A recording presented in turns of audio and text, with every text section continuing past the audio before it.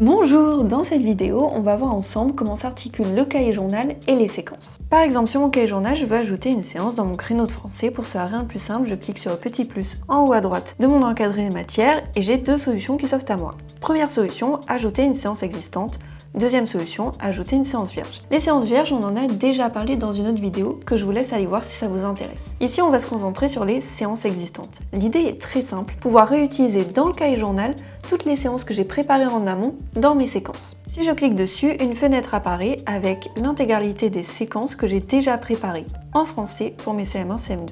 Il me suffit de cliquer sur l'une d'entre elles et j'ai accès à toutes les séances que j'ai déjà rédigées. Pour ajouter une séance à mon cahier journal, rien de plus simple, je passe la souris dessus, je clique et hop, elle s'est ajoutée dans mon créneau de français. Visuellement, pour distinguer les séances provenant d'une séquence et les séances que vous avez créées à la volée sur votre cahier journal, il vous suffit de repérer le petit bouton locomotive en haut à gauche de votre encadré de séance et le petit liseré en pointillé qui s'est ajouté autour de l'encadré de séance. Comparé à une séance créée à la volée, vous pouvez constater que ces deux éléments ne sont pas présents. Si je viens passer ma souris sur le bouton locomotive, une infobulle apparaît avec le nom de la séquence parente. Si je clique dessus, un nouvel onglet s'ouvre et m'amène directement sur la séquence concernée. Et de là, je peux tout à fait modifier les séances, la séquence, etc.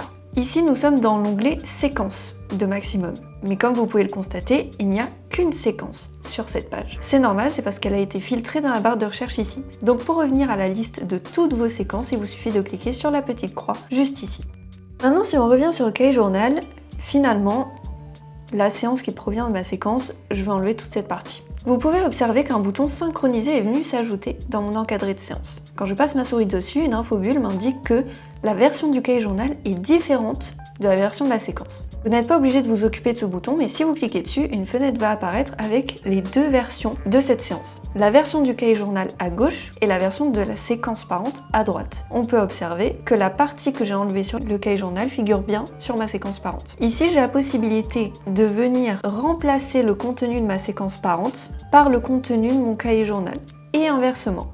C'est-à-dire que si je clique sur ce bouton, la séance telle qu'elle est écrite dans le cahier journal sera répercutée sur la séquence parente. Et inversement, si je clique sur ce bouton, c'est le contenu de la séquence qui viendra se répercuter sur mon cahier journal. Pour vous montrer, si je clique dessus, j'ai récupéré le contenu de la séquence, le contenu initial qui provient de ma séquence l'œil du loup. Et le bouton synchroniser a bien disparu.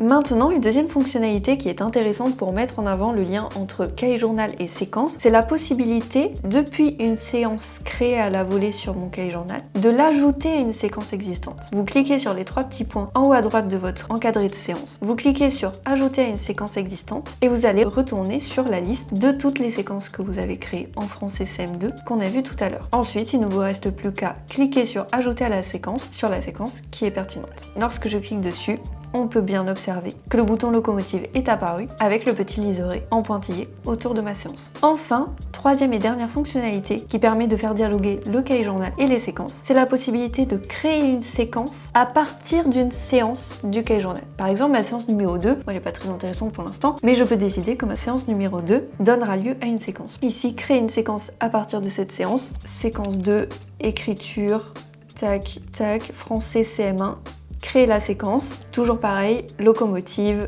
liseré pointillé, je clique dessus et ça m'amène directement sur ma séquence 2 en français CM1 avec ma séance 2 à l'intérieur.